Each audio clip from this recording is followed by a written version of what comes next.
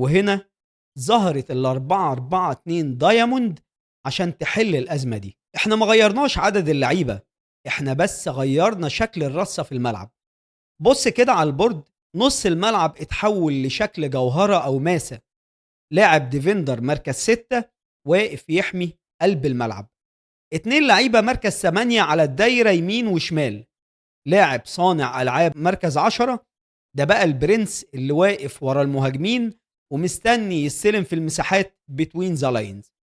قوة الدايموند هي السيطرة المطلقة على نص الملعب.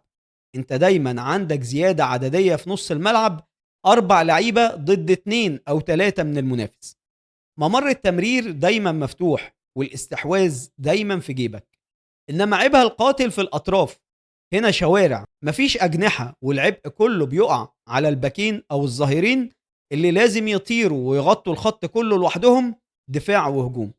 ولو اتقطعت الكورة هيبقى في مشكلة كبيرة في ظهر الباكات. يعني الخلاصة، عايز تلعب على الأطراف تعمل عرضيات وتأمن دفاعك عرضيا، العب بالفلات. عايز تخنق المنافس من العمق، تستحوذ على الكورة ويكون عندك صانع ألعاب حر، اقلب دايموند. قول لي بقى في الكومنتات، لو انت مدرب تفضل الكلاسيكية اللي بتعتمد على الأجنحة ولا الدايموند وسحر نص الملعب؟ ما تنساش اللايك والفولو والشير عشان يوصل لك كل جديد في عالم التكتيك. سلام.